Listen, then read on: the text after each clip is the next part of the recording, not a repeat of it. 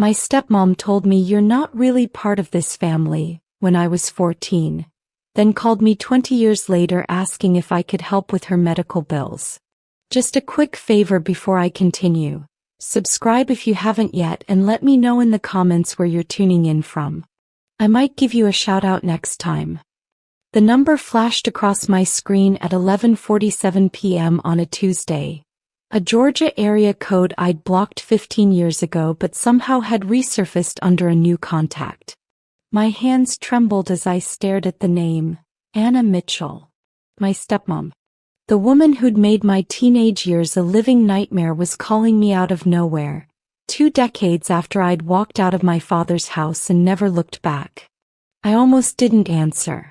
My husband Brian stirred beside me, mumbling something about work in the morning. But curiosity, that toxic persistent thing, made me swipe right. Hello. My voice came out stronger than I felt. The silence stretched for 3 seconds before her voice crackled through, older and weaker than I remembered. Janice? Baby, is that you? The audacity of that word, baby, sent ice through my veins. This woman had spent 6 years telling me I wasn't really family, that I was just my father's mistake from before. And now she was calling me baby? It's me, Anna. Well, your stepmom. I know it's been a long time. Long time. As if those words could encompass the therapy bills, the trust issues, the years of rebuilding myself from the girl she'd systematically destroyed. I sat up in bed, my heart hammering against my ribs. What do you want, Anna? The question came out flat, emotionless.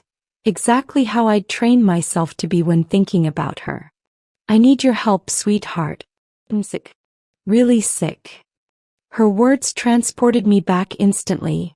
I was 14 again, standing in our kitchen in Stone Mountain, Georgia. The smell of pine sol and the radio playing Mary J. Blige.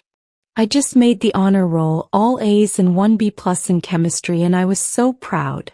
Dad was working late at the factory, double shift, so it was just Anna and her 2 kids, Cameron and Brittany, sitting at the dinner table.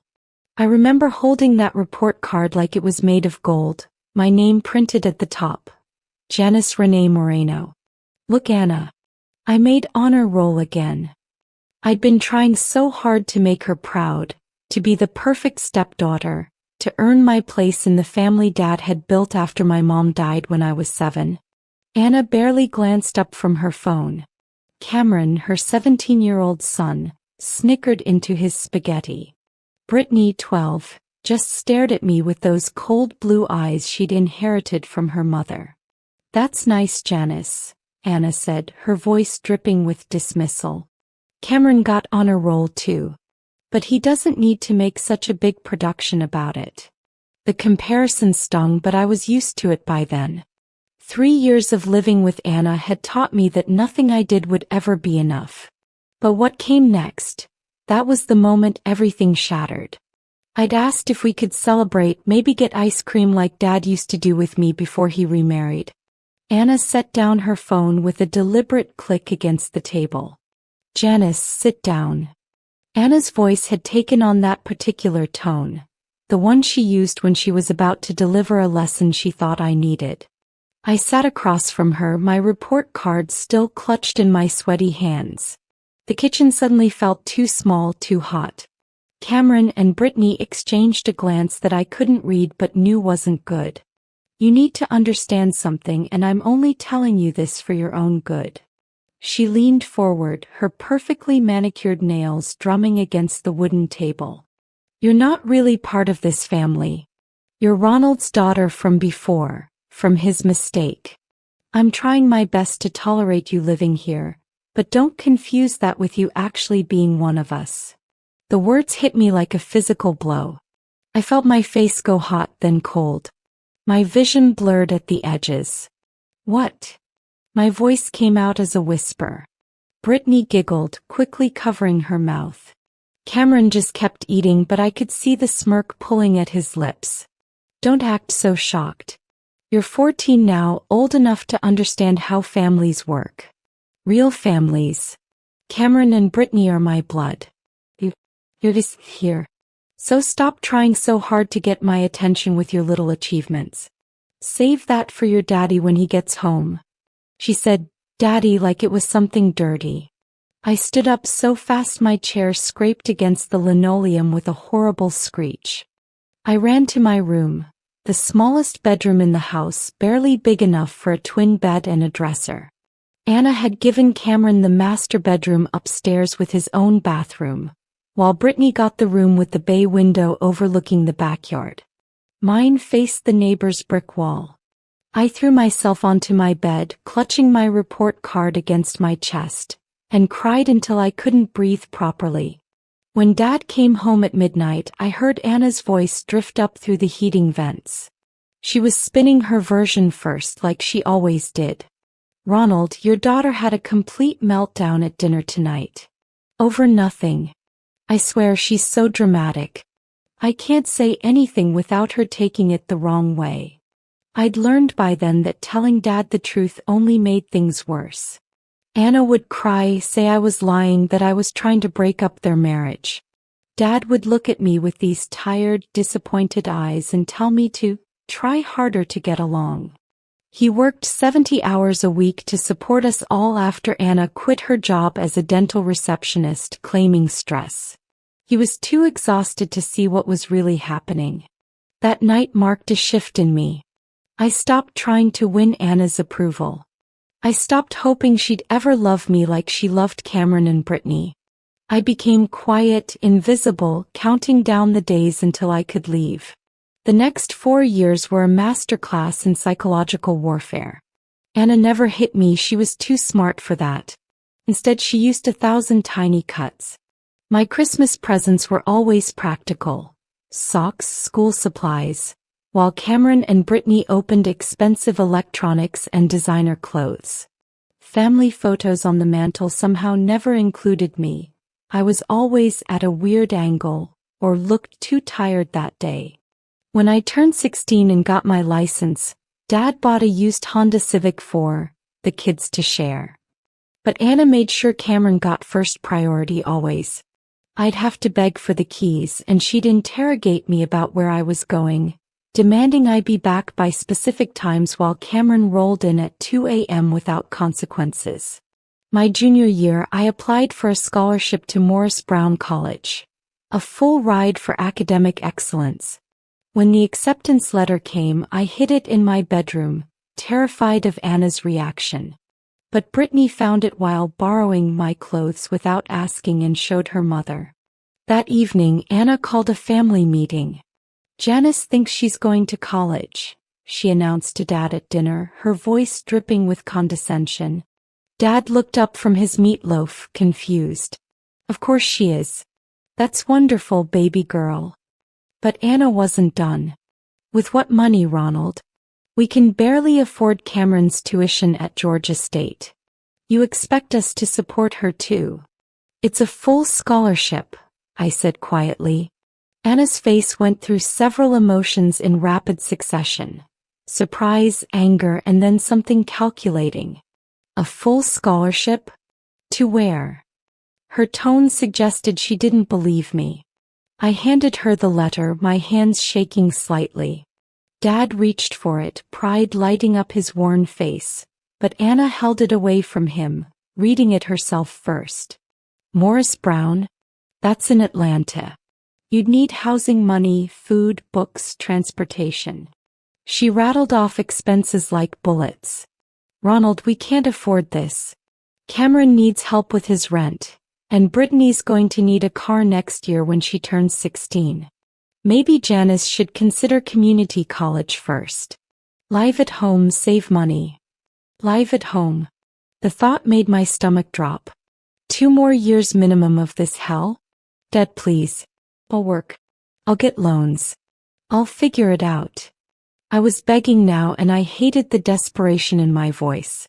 Dad looked between Anna and me, that familiar exhaustion creeping into his features. Let's talk about this later, Janice.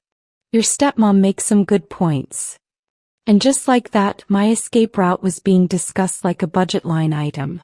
Over the next few weeks, Anna launched a quiet campaign. She'd mentioned to Dad how much she'd miss me, how I was so young to be on my own, how dangerous Atlanta was. But I'd already made my decision. The day I turned 18 I was leaving, scholarship or not. 3 weeks before my 18th birthday, everything exploded. I'd been saving money from my part-time job at Target. $28.47 hidden in a tampon box under my bathroom sink because Anna loved to clean my room and go through my things. That money was my freedom fund, enough for first month's rent and security deposit on an apartment near campus. I came home from my evening shift to find Anna sitting on my bed, my tampon box open beside her, empty. Every dollar was gone. What the hell? I couldn't control my voice anymore. Years of swallowing my rage came bubbling up. You went through my stuff. You took my money. Anna stood up slowly, a small smile playing at her lips. I borrowed it. Cameron needed it for his security deposit. His roommate backed out last minute. You understand, family helps family. The way she said family made it clear she didn't mean me. You'll get it back eventually. That was my money. I earned that. I was shouting now, something I'd never done before. I heard footsteps thundering up the stairs. Dad home early for once. He appeared in my doorway, still in his factory uniform, confusion and anger on his face. What's all this screaming about? Janice, I've never heard you raise your voice like this. Before I could explain, Anna's face crumpled. Tears appeared as if on command, streaming down her cheeks. Ronald, I'm so sorry. I should have asked Janice first, but Cameron was in such a bind, and I thought since we're family she wouldn't mind helping her brother out. Brother? Cameron wasn't my brother. He was the son of the woman who'd tormented me for 6 years. Anna sobbed into her hands. I didn't expect her to get so angry. I was going to pay her back next week. I just thought family looks out for each other. I watched my father's face as he processed this. Watched him look at Anna's tears, then at me, standing there with my Target vest still on, my face flushed with fury. Janice, is that true? You're upset because your stepmom borrowed some money for Cameron? Borrowed.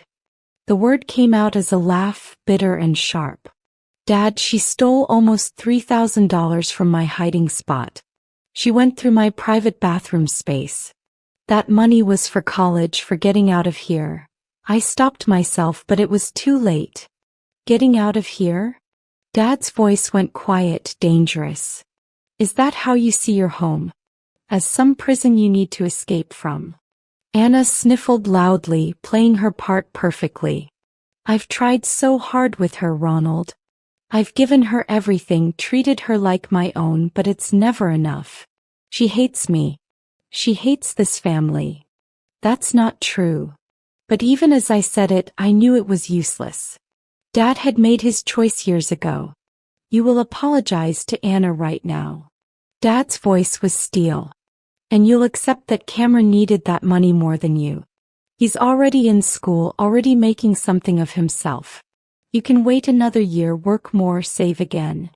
Each word was another nail in the coffin of our relationship.